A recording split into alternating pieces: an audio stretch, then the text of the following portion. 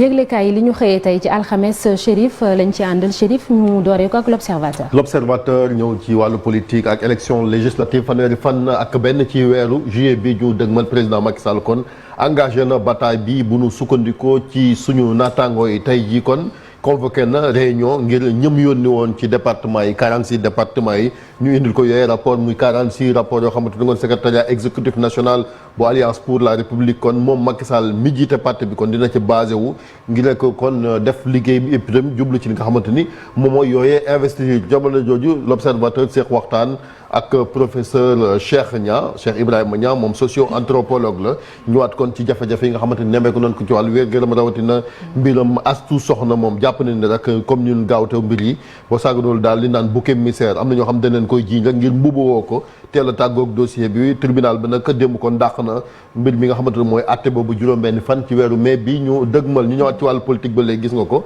coalition bu bees la muy ñoom juge Dème Cheikh ki nga xamante mooy Thierno Alassane Sall ak ki nga xamante tamit mooy Cheikh Omar Sy Thierno Bocoum ba ci sax docteur Abdourahmane Diouf kon ñoom ñoo bokk ci boobee coalition wante nag ki nga xamante mooy Serigne Mboup moom dafa poser ay conditions am na kaawu Boubacar Camara tamit min ne woon day bokk ci boobee coalition Diaw mi ngi ko doon wax sànq wàllu koom-koom ak UEMOA marché financier dafa mel ni kon Sénégal rek jotaan na kon ci fanweer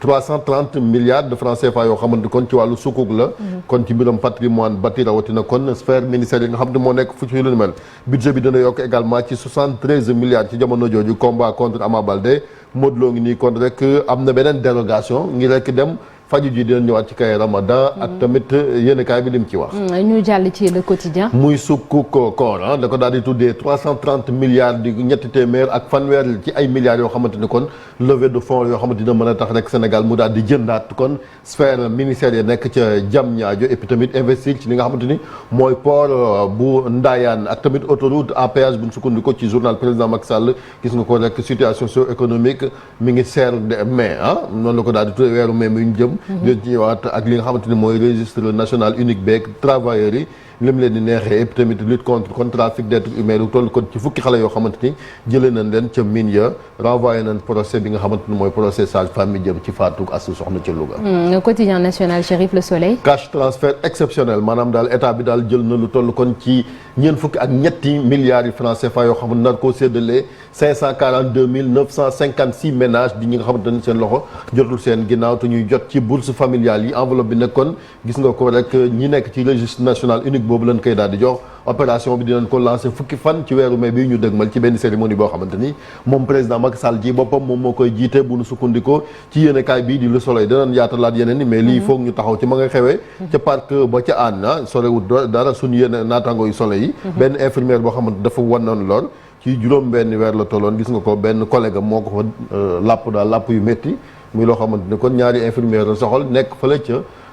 an parc ba lu doy waa libération xëyee ca la xewoon ca Bargny. waaw muy Anta Ndiaye mi nga xamante ni kon faat nañ ko fi bërki dem boo Ndiaye juróom-ñetti at la am mi ngi nii ki ko faat nag Mëmma la tudd Mëmma gis nga ko fukki at ak juróom-ñaar la am Mëmma ab tailleur la woon gis nga ko rek daanaka moom mi ngi juddu ñaari fan ci weeru janvier ci atum 2005 Mamadou Ba mooy turam dëggantaan Ndiaye moom nag gis nga ko rek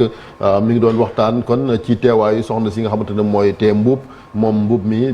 mbir bi am sax mi ngi bootoon benn doom àndoon ak ki nga xamante ne kon mooy Anta moom nag dafa ne kon Mëmma daf ko war rek ngir waxtaanee mbiram màgget ndax Mëmma dafa noboon ki nga xamante ni moom mooy màgget doon waxtaan seen relation bi ko Anta fekkee nag la daal di gëstu yem ci Anta rek songu ko ba xoj ko daal di moom bakkanam gis nga ko rek ci la daal di dawee moom mi nga xamante ni mooy soxna si mbuub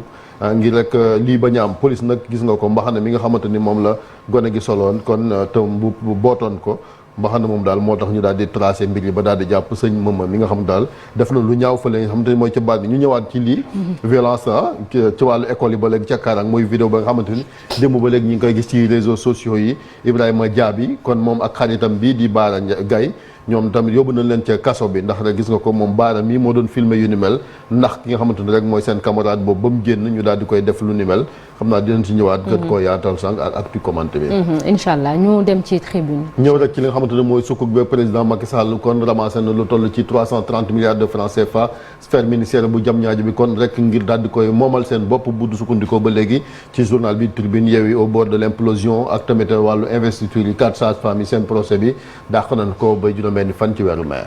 Walf Quotidien. Walf daal di ñëwaat rek li nga xamante ni ko mooy collecte de parrainage Benno ak stratégie kon blocage noonu la ko daal di tuddee jamono ji nag ñu ngi ci jamono jooju tamit gis nga ko législative yi Thierno Alassane Sall moom mi nga xamante ne mooy tas ak destin daal dina ci ñëwaat. Sall sa kon perte guy gu mag a mag gis nga ko muy rek kon Rudy Gomis mi génn àdduna démb bu nu sukkandikoo ci journal bi di Walf. ñu jàll ci beneen Les Échos. Les Échos daal di ñëwaat rek ci kon levée boobu jëm ci record la état bi nag lu toll kon ci 330 milliards kon génn na ko ci ñetti fan ngir rek opération historique ci marché sous régional bi bu nu sukkandikoo boobu ci journal bi ci jamono jooju opération solidarité nationale ba léegi rek moom président Macky Sall jëm ci charme li nga xamante ni kon mooy askan wi dégagé na kon ci ñeent fukk ak ñetti milliards nar ko séddale 542 956 ménages yi seen loxo jotul seen ginnaaw dinañ ñëwaat tam ci photographie gis nga ko rek ki nga xamante ni kon mooy Xaadim mi doon photo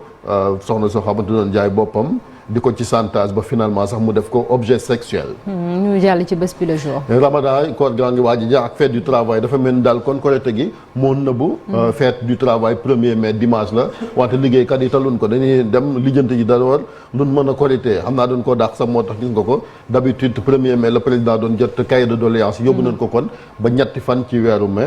jamono jooju dina tombeek tamit journée liberté presse et puis wax ci li nga xamante mooy centrale syndicale yi nga xamante décalé nañ lu ni mel et puis ba léegi rek dund gi ni mu chéré tas bokkum dem si Diouf ñoom daal bokk nañ seen coalition boobu Sadio Mané mi mu ngay toj Europe. ñu dem ci L'As Quotidien. ñëwaat na ba léegi rek ki nga xamante ni kon mooy Abdoulaye Daouda Diallo ak assemblée générale bu FMI bi doon xaw ak bu banque mondiale fa li nga xamante ni mooy ca Washington moom nag ñibbisi na ak milliards yu bari moom mi nga xamante ni mooy Abdoulaye Daouda Diallo waaw nag ay bor la buñ ko fàtte. Vox Populi moom. daal di ñëwaat rek ci cash transfert Macky Sall bi nga xamante ni kon dina distribuer lu toll kon ci 43 milliards de francs CFA séddale ko kon ménages yi fii ci Sénégal opposition beeg législative yi gis nga ko ñoom dañoo jàpp ni rek dañuy soupçonné ne moom Macky Sall dafa bëgg jënd ñii di ay électeurs yi ca jamono ji Karim Wade ak gis nga ko sera là par force loolu nag ñoom waa parti démocratique sénégalais ñoo yëkkati yooyee kàddu. Source A moom lu mu xëyee. lii tamit lu doy waar la ma nga xewee ca Touba bàyyi laat gis nga ko rek moom nag ab waykat la damay way jàng moom nag dafa ëmbal benn xale boo xamante ne gis nga ko bëgg mu daal di yàq biir ba gis nga ko comme ëmbal nag fukki at ak juróom-ñeent la am doon rek gis nga ko jënd benn médicament boo xam ñi ngi ko jëndee 25000 te ko jaay sax amu ci benn ndigal dañoo génn ci pharmacie ba Mesodia la daal di tudd boobee garab muy loo xamante ni ba léegi rek ñi ngay xool fan la wante mu jënd gëtam waa PUR moom ñoo tere sëñ Abdou Bara Dolly Mbacké mu daal di ñëw ci Yewwi Askan Wi ndax rek dafa xotti woon nee nan or may seen sëriñ di sëñ Moustapha Sy moo tax kon moom sëñ bi mënut a bokk ci boobee coalition. ñu jàll ci tàggat yaram. ñu daal di ñëwaat ci record daal di ñëwaat ba léegi rek but contre Villarreal 2 Sadio Mané kon égalé na ki nga xamante ne mooy Drogba jëm ci Champions League ci jamono jooju gis nga ko Samir Nasri moom nee na Mané ak Benzema daal. ak De Bruyne ñoom ñoo gën a wóor daal ngir xëccoo li nga xamante ne mooy ballon d'or bi daal di ci exclure kenn fi ndox ñoom waa France di Mbappé nen daal bokk ci ndax Paris demut fenn. tey Marseille tamit dina football ñoo ko Feyenoord de Rotterdam ñooy daje jëm ci li nga xamante ni kon mooy Ligue Europa Conférence. football ba léegi ak stade. waaw ba léegi rek moom jege nañ final bi ñoom ñi nga xamante ñoom ñooy waa Sadio Mané gis nga ko démb bal baa ngi ni gardien meeg na rëpp ci suuf. gisul sax fu bal bi jaar ak taxawaay bu am solo bi nga xamante ni moom taxaw na ko ca jamono jooju Inter de Milan moom démb tamit def na lu am solo rek ngir daal di ñàkk benn match boo xamante ni boo sàgganul équipe bu Cheikh Sadibou bu Diarra bi dina leen romb muy waa Milan AC. ngir xëccoo li nga xamante ni mooy Scudetto ba fële ca Italie. ñu jeexale ak sunu law mu Cheikh. defi Ama Baldé baa ngi noonu rek jëm ci li nga xamante ni kon mooy jaar ci tànki Tyson ak kii di Eumeu Sène moom mi nga xamante ni ba léegi nag gis nga ko ki mu doon bëreeg di Modou Lo nee na dafa am dérogation. moo tax sa lugu ndaw il faut mu xaaraat. Merci beaucoup Chérif ba ci kanam incha allah di nga ko yaatal dañuy dem ci Libération muy benn fait d'une extrême gravité boo xam ne xew na te Libération rek daanaka ci journaux yi moom moo ko def ci unam mi ngi nii ci suuf. gis nañ ko ci train bi violent passage à tabac benn xale bu doon dóor beneen moroomam ci benn vidéo sax ñetteel bi doon ko filmer Alaaji Malick vidéo bi niñ ko ñëpp gisee xañ na noonu nga ko gisee itam Alaaji Malick léegi li ñuy laaj mooy jamono ji fitna gi nga xam ne boobu ba léegi ñu ngi koy wax ci école yi lii dafa jéggi dayu ndax harcèlement lu am la ci école mais bu ñu demee ba xale di dóor moroomu xaleem nii te nga xam ne leneen mënoon na cee am tey jile Malick. waaw jërëjëf soxna Naata vidéo bi moom ñun ñi ko gis ñëpp dañoo choqué ndax xalaatuñu woon ni xale dina am maanaam comportement bu sauvage bi nga xam ni moom la ñu gis noonu ci diggante ñaari élèves yi xale bi ni mu sadigee man dafa ma sax yéem mais bu ñuy analyser waat yëf yi du ñu yem rek ci école bi parce que école dafa nekk la société en miniature tey bu ñu xoolee amul bés booy toog te doo gis ci réew mi ay lu jëm ci wàllu violence de toute forme. en milieu scolaire. ci société bi déjà parce que l'école dafa nekk benn miniature rek. maanaam dafa nekk benn pàcc rek ci société bi liy xew ci société bi en général moom mooy transféré wu ci biir école bi. donc mu mel ni que ñun Sénégalais ñoo nekk beneen nit actuellement nii te loolu je pense que balaa ñu ñëw ci milieu scolaire d'abord xale bi dafa am fu mu jógee. dafa jógee ci famille. dafa jóge ci kër donc am na ay vertus yu nga xam ne ñun parents yi déjà ñun ñoo am la première responsabilité mooy ñu yar suñuy doom ci tolérance ci citoyenneté ak ci civisme yar leen également ci diine parce que am na lu nga xamante ne ni bu fekkee ni am nga tuuti diine ci yow ak diine bu mu mënti doon am na yenn forme de violence yu nga xam ne doo ci egg mais la violence en milieu scolaire dafa yaatu soxna Naata parce que violence bi dafa nekk d'abord sous plusieurs formes am na violence psychologique verbale bu nga xam ne sax dina dem dox ci diggante élève ak élève dox ci diggante élève ak ki koy jàngal am na ci élèves yu nga xam ne violence verbale boobu day dem ba perturber leen ba finalement day am déperdition scolaire dañuy dem ba sax bàyyi jàng ndax loolu daf leen di perturber beneen bi ci des mooy diggante jàngalekat ak ñi leen di jàngal ñoom en général aussi day am ay conflits yu nga xam ne gis nañ fi sax léegi bu njëkk maître moo daan dóor élève mais léegi dañu gis élève mooy dóor maître wala élève dóor professeur loolu yëpp dafa am il y a des relations très heurtées entre jàngaan ak ñi koy jàngal entre xale yi ci seen biir. loolu yëpp nag boo koy analyser ba ci biir dafa nekk lu nga xam ne il y a des valeurs yu ñuy inculquer xale yi à l'école ñun dafa am lu nga xam ne moom lañ ñu doon yare à l'école am na lu ñu ñemewul woon. parce que ñemewuñu woon suñu maître ñemewuñu woon ki ñuy jàngal yabuñu woon ñi ñuy jàngal ba ñemee def yenn yi am na lu nga xam ne moom lañ tuddee woon éducation civique. chaque jour dañuy am leçon d'éducation civique bu nga xam ni moo lay inculquer ay valeurs leçon boobu toujours dafa am lu nga xam ni moom lay def ci yow. ci lu nga xam ne ci wàllu ay un ensemble de modèles comportementaux. alors dem nañu également ba lu mel ni grève yi. toujours ça se termine par des casses ça se termine par xeex entre élèves. ak force de l'ordre wala élèves yi sax à la limite génn song seen yeneen meroomi élèves wala sànni ay xeer ak lu ni mel bu ñuy renouveler les foyers socio-éducatifs toujours léegi xale yi sax ay armes la ñuy indaale mu mel ni kuy renouvellement de parti politique donc ça veut dire que la violence est sous toutes ses formes maintenant tout un chacun est interpellé il faut un diagnostic assez bu xaw a xóot li nga xam ne moom mooy ay assistants sociaux ñu koy am ci biir école yi pour ñu joyante xale yi di waxtaan ak ñoom la cellule école cellule mooy diggante école ak li nga xam ne mooy le monde extérieur muy les parents d'élèves ak la société aussi ñu gën ko ñoŋal ba nga xam ne dina am ay échanges yu bëri pour jële fi lu ni mel mais en tout cas li xew ci réew mi doy na waar war nañ koo sànq doy na waar trop Marcel d'habitude Malick wax na ko sànq dañ doon def ay leçons d'instruction civique di def aussi ay morale mu di la morale leçon la tamit muy ay valeurs yoo xam ne dañu ko doon fàttali di ñu ko jàngal léegi bu ñu demee ba ci école bi yi tamit am finalement raison bi lan la ci sa gis-gis. C'est plusieurs facteurs qui expliquent ça wax na ko sànq éducation bi mu ngi ci peut-être tamit influence bi ci yeneen yi li ñuy gis feneen en tout cas yaa tamit ñu ngi ko doon wax démb l'apport des réseaux sociaux l'apport entre guillemets dans ce registre là yi nga xamante ne tey bu ñu xoolee xale bi filmé moom mënoon na àtte bu yàgg mais il s'est contenté de filmer à la fin c'est vrai mu ngi naan pour xale bi keneen ki baal ko à la fin même on ne sait même pas naka la vidéo bi finalement naka la jeexee est-ce que xale bi il a eu ki ñu doon dóor mu ngi il a eu des conséquences désastreuses ba tax ñu yóbbu ko hôpital wala déet toujours en est-il que daal malgré le fait que éducation am na ci solo instruction civique wala morale bu ñu ko indiwaatoon ci école yi mais le problème c'est que ku ci nekk fii am na nu ñu la yare waaye am na itam mbedd bi nu mu lay yare c'est ça le problème, c'est que da ngay gis koo xamante ne am na éducation de base bi mais bu xasee ba nekk ci mbedd bi peut-être mbedd bi am na nu muy changer itam doxalinam. Donc l'éducation c'est vrai ça joue un rôle prépondérant dans cette affaire. waaye tamit à un moment donné xale yi ñoom seen wàllu bopp ñoom ñoo war a xool tamit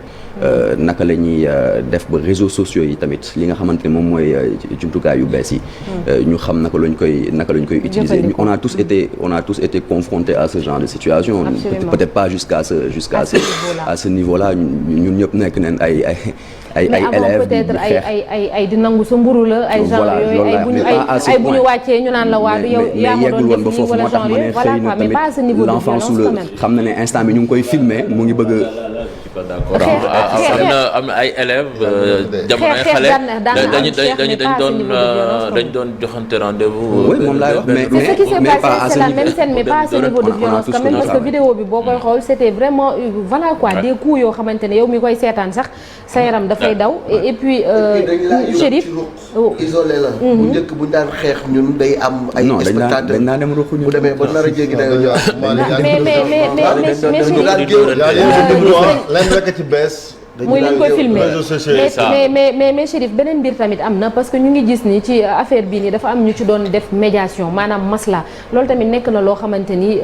genre cas yi bu ñu koy def du fi jóge ndax il faut que quand même ñu ut ay mesures yoo xamante ni dafay servir d'exemple waxuma la sax peut-être xale bi lu ñu koy yóbbu ci yoon et tout mais am na ay structures spécialisées yoo xam ne ñoo nekk fii ci réew mi xale yi bu ñu nekkee di wàcc yoon ñoom ñoo leen di jël mën leen a tegaat ci yoon parce que traumatisme bi ki nga xam ne moom mooy victime bi am na traumatisme ki nga xam ne tamit moom moo ko doon dóor moom itam war na am benn suivi psychologique parce que lii nii tu te demandes xale nan la mën a egg à ce niveau de barbarie. tout à fait muy li nga xamante ne lu wér la moo tax dossier bi ni ñu ko war a gérer aussi dafa am solo premier responsable yi mooy je pense que mooy les responsables de l'établissement parce que yii bu amee du lu ñuy étouffer parce que loo xamante ni am na depuis semaine passée bu nekkutoon seen ci réseaux sociaux yi kon dañ koy nës-nësal. malgré ni ñu exclure xale. voilà te day loo xamante ni du woon noonu parce que waroon nañu mën a def rapport apparemment même au niveau de Fatick les autorités éducatives muy IAB ak yu ni mel yëguñ ko woon donc ils ont été informés comme tout le monde ci li nga xamante mooy réseaux sociaux yi beneen bi wax nga lu am solo yu mel ni comme accompagnement psychosocial am na solo ci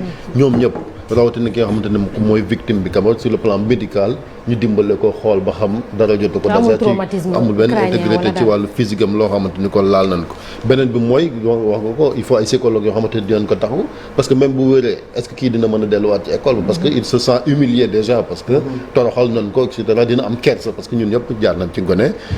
pour delluwaat ci école ba te mën na faa doxee sax am njàngam yàqu fa moom mi nga xamante ni kon moom loon doon duma yu métti yi ki ko def it la même chose parce que day lu grave loo xamante ni moom il faut l'aider sur le plan psychologique parce que yenn violence yi nit bu àndee ak moom duñ rek ba max ko ni comme ça yóbbu ko kaso wala nangam parce que boobaa day gën a compliqué wax nañ ko fa sànq ay AMO am na fi yoo xamante ministère de la justice ñoom ñoo ko moom région bu nekk am na centre yu ni mel ngir moom lañ doon tuddee redressement ci bon mais c'est plus officiellement centre yooyu am na fa ngir gone yu mel nii nga xamante doon ànd ak fitna ak yu ni mel ñu bañ leen rek comme ça jeter comme ça parce que boo ko defee ëllëg tëj ko kaso à son âge c'est des adolescents yoo xamante ni classe de 5e la ñuy def donc pour ngir leen mën a dimbale wax nga ko sànq ay même assistant social war na am fu nekk ci lycée yi ba mais boo xoolee grande ville yi am wala les grands lycées yi nga xam ne mag na mais boo demee ci yenn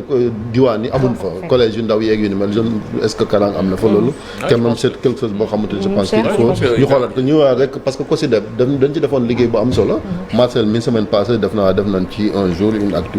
daal di taxawaat ci li nga xamante mooy rapport bi nga xamante ne COSYDEP def na ko lii lépp wane woon nañ ko ne violence am na ci en milieu scolaire te boo xoolee li ci ëpp 27% yi ci élèves yi lay jógee def ci ay recommandations yi am solo yoo xamante ni malheureusement gis nga ko dafa waroon a tab géej alors que ministère de l'éducation ak les acteurs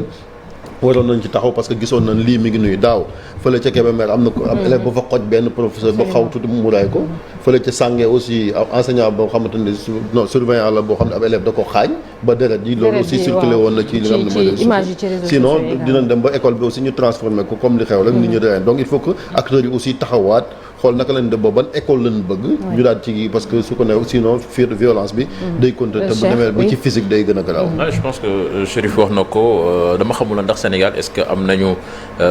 ay genre centre yu demee noonu parce que xale soo ko yóbbee si yoon peut-être que soo koy condamné doo ko yóbbu kaso di nga wut foo ko yóbbu am ñoo xamee ni dinañ ko tàggat ba delloowaat ko ci société mooy bi service AEMO yooyu ñuy wax action di ko defloo ay éducative et de protection yenn travaux yi ak tàggat parce que xale bi vidéo bi soo ko xoolee bon tu sens que am na comportement psychopathe ci xale bi bul xam su màggee ak moom mën na joteeg soxnaam sax dóor ko ba mu faatu parce que kii soo ko gisee da ngay jàpp kii fu mu meree mën na def njaaxum léegi nag dañ ko war a tàggat ba dindi loolu ci moom. et puis ça commence aussi sëñ Cheikh à la maison parce que harcèlement en milieu scolaire moom daanaka comme ni ñu koy waxee yàgg naa am waajur yi tamit ñoom ñoo war di wax ak seen i doom ne leen violence ci boppam amul place am ci école muy dem di ay dóor teg ci ak ay yenn kuy sax da nga koy jàngal sa doom ay dóor ci bopp on va pas dire que li muy def ni peut-être que dafa ko doon wala xam ko gis mais souvent aussi c'est comme ça soo xoolee les enfants violents lu ci bëri ci seen environnement proche bi moom mooy déteindre ci seen comportement il faut ay borom xam-xam daal ci wàllu psychologie ñu dugg ci muy acteurs yëpp ngir jàpp leen ñu bañ a topp émotion bi comme li xewoon fële ci Louga topp émotion bi da saraxeef nit ñi dafa laaj en tout cas gën a am prise de conscience ci rôle bu ñu war a am seen diggante ak surtout xale yu jigéen yi parce que viol yi ak yu mel noonu ak di sëy ak sa élève yooyu yëpp gis nañ ko fi barki Dembo Ndiaye am na ci bu nga xam ne moo amoon Sédhiou et cetera donc il y a plein de choses yu nga xam ne tey bu ñu doon diagnostiquer en profondeur la violence est multiforme te war nañ ci mën a jóg taxaw ba delloowaat école fa mu nekkoon. merci beaucoup en tout cas dossier boobu Aminata Goudia bi muy suñu correspondante ca région bu Fatick dinañu ko toppal léegi dañuy jàll ci beneen rubrique muy un jour au Sénégal un jour dans le monde.